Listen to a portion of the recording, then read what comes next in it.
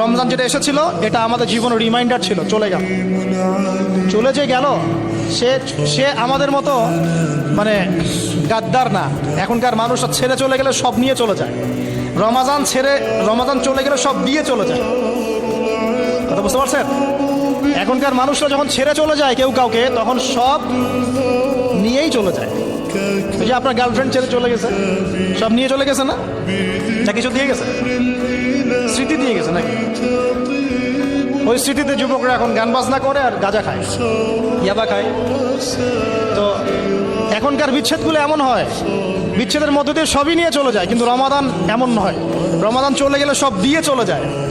যুবক ভাই, আপনাকে বলছি, দেখেন, এই রমাদানের শিক্ষাগুলাই জাস্ট যদি আমরা ধরে রাখতে পারি, সারা জীবন আমাদের জীবনের কিচ্ছু লাগবে না।